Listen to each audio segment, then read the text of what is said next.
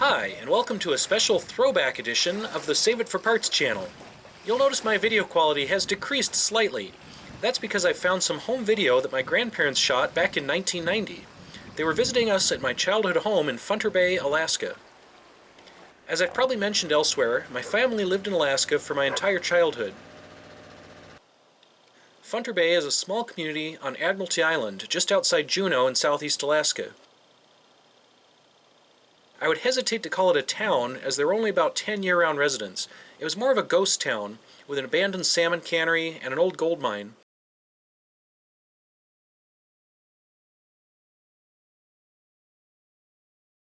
There were also a few seasonal cabins, and as you can see from this July video, the population was a lot higher during the summer. Because everybody got far, didn't they?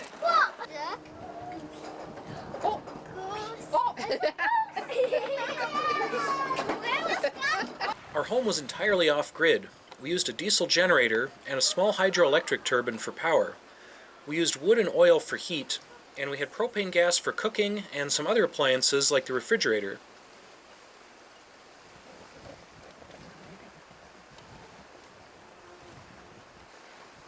Since we lived right on the ocean, we ate a lot of seafood.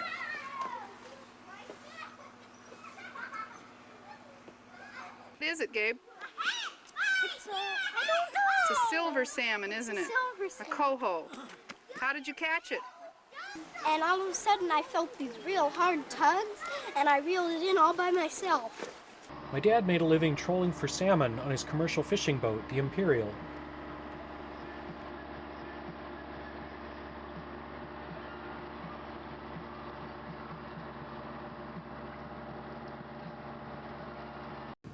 And this is where my save it for parts mindset originated. Since we couldn't run to the store every day, we had to make do with what was available, and this often meant fixing or repurposing things in creative ways. It's also where my interest in boats came from. Since we had no roads or cars, most of our transportation was by water.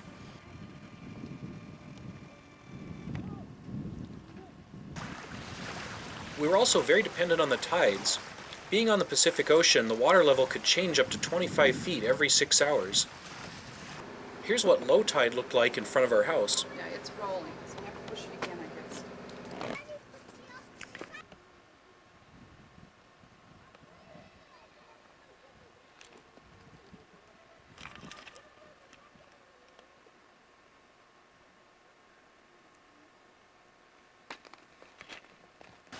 And here's high tide.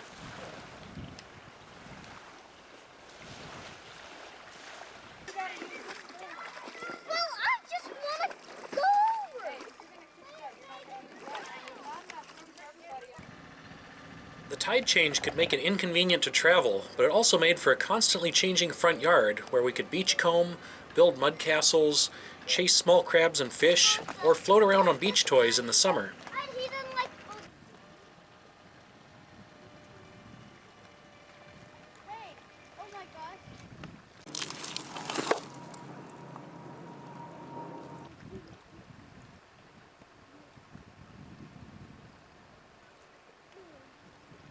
And we got 2 quick eels. 2 quick eels. Devin, are you having fun? Yes. This. Ah. There are lots of those? Yeah. That's a large one, isn't it? I think the water sometimes got as warm as 50 degrees. You know what, there's a little ducky. There was always plenty to do when my sister and I were growing up. In the winter, we stayed busy with homeschool and reading books. Because it would be foolish for a fish. In the summer, we had neighbor kids, and often our cousins or friends whose parents had cabins nearby.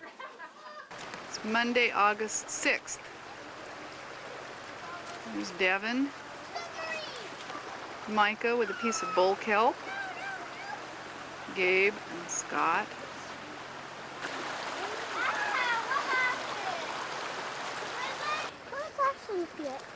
Where'd you find that, Micah? Christine! Down on the beach? Is that what sushi's made from? I think it is. We also had a pretty large homemade playground, as well as tree forts in the woods, and a trampoline.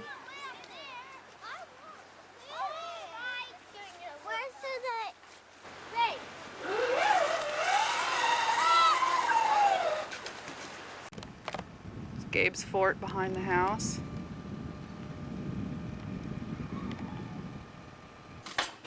Holy guacamole! Great galloping potato! The families with children always had large dogs to give early warning on bears. Admiralty Island is home to the highest number of brown bears per square mile, and we saw them pretty often. Usually they would avoid humans and houses. If they got too close, the dogs would bark and chase them away. This is Brandy, the Emerson dog. I've mixed in a bit of other old footage that I had lying around, but most of this is from the 1990 tape.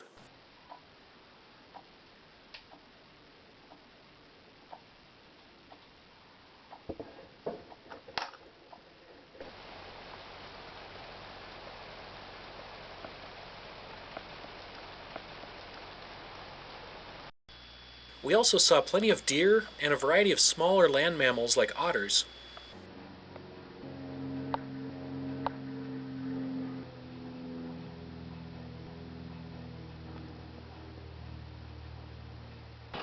And there were also plenty of whales and other sea life.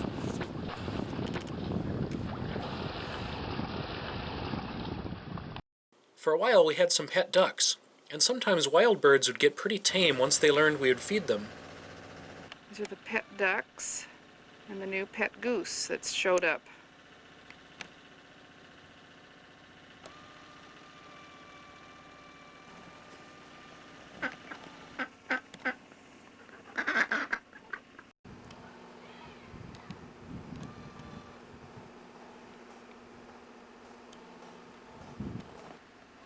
Sauna. This is the trail back between the houses. It's Magic Point. Triangular structures, an old pile driver. This is the point where they catch trout. It's low tide. It's Harvey's house. Bob and Marcel's house and their cabin.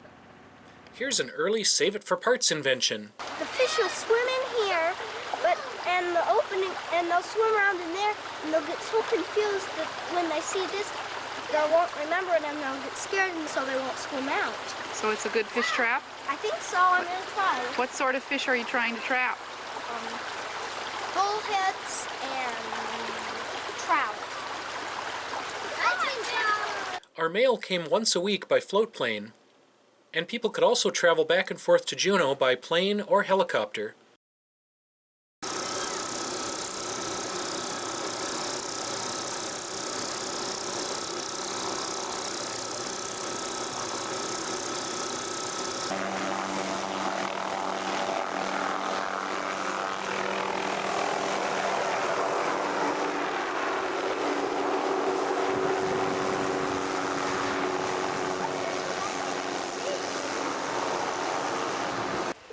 Thanks for watching this throwback video. It's a little bit different than my normal projects.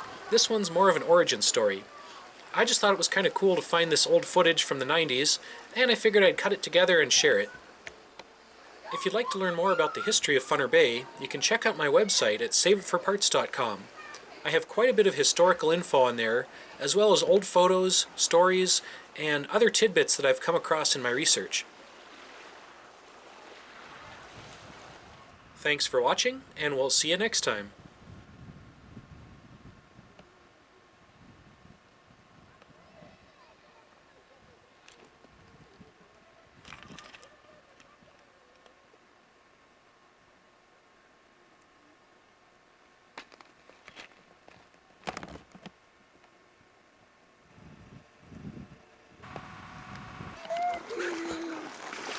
You know what? There's a little ducky. You know, I'm surprised you kids don't like those little mattresses that they have. You poked the hole in it? Yeah, I poked the hole in it.